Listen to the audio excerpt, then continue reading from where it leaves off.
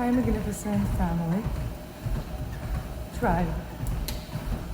Family, family, family.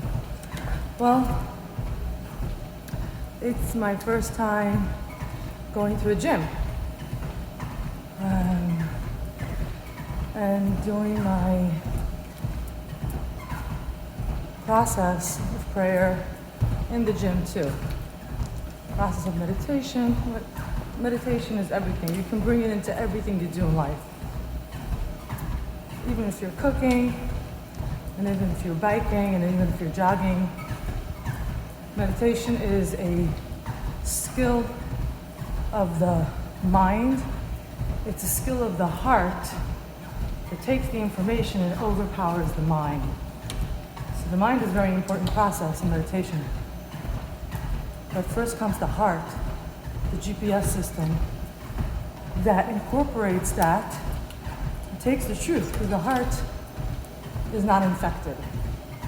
The heart is not jeopardized. It's just closed off because we've suffered. And so congratulations on our new trip. I haven't done vigorous workout for a while. I've done yoga all the time. And yoga is the most important. But jogging and fast running is really crucial for the heart, to keep the entire body in shape. Because when you run, your entire body is running with you.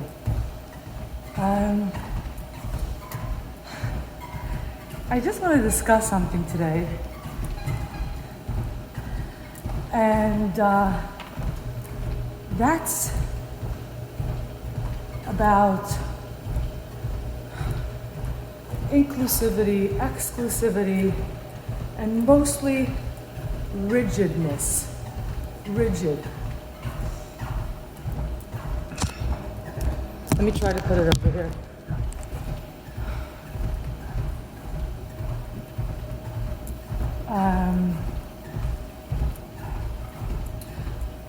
I've seen a lot of rigidness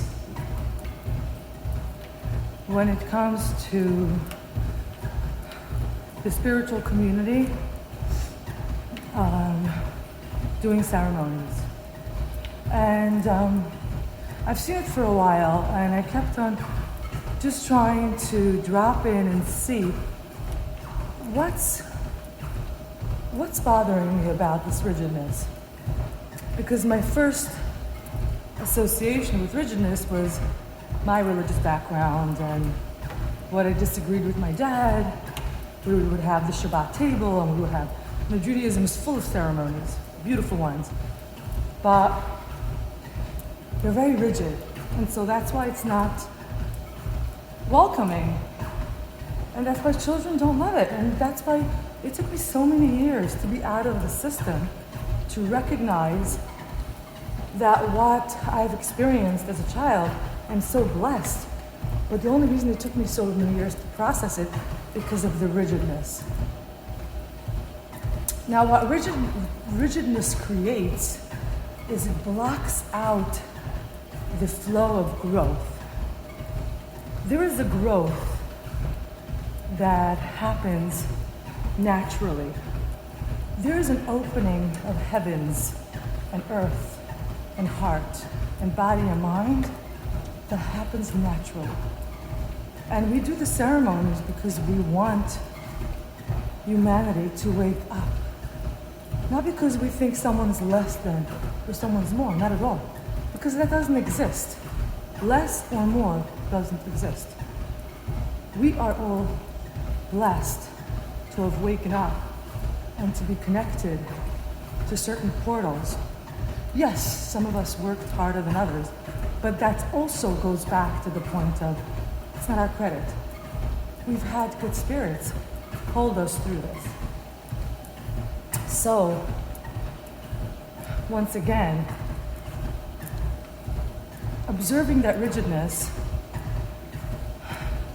that's what was the catalyst for me to begin ceremonies outside, outdoors, in different states, in different places, with anybody, with strangers, with my priestess coat and with nakedness, but mostly with strangers, where rigidness can't even happen.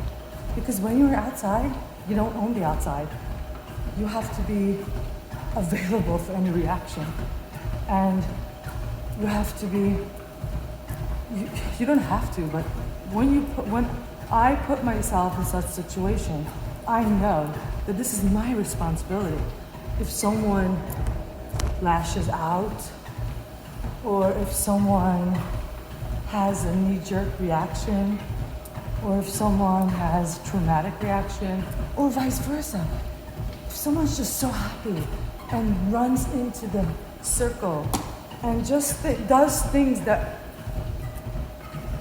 in the ceremony is inappropriate, maybe talking too long, maybe sharing too long, maybe clapping hands too loud, I am aware of it, that this is public.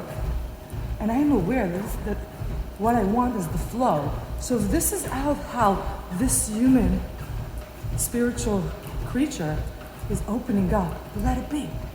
Let the flow rush through the hearts and vibrations. Let those vibrations, maybe those vibrations are bothering me because it's serving me to open up my heart, expand. And so when I expand, she, he, it expands. And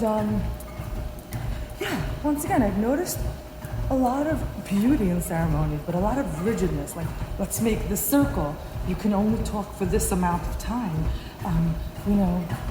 It's just a lot of, there's difference between boundaries and rigidness. Rigidness doesn't allow the flow of divine spirit to break through and open up and wake up those who need it. Because those who really need it are sleeping. They're unaware. They're gonna pounce in. They're gonna dive in. And they are going to break that line without intending to. So soften up. Especially if you're a shaman, if you're a leader, if you're a priest, if you're whoever you are, whatever your position in leadership is, become soft. Soft. With softness, you can bend. With rigidness, you become fragile because when you're rigid, something breaks. And then when it breaks, you can't deal with it the same way that if you're soft. And just invite it.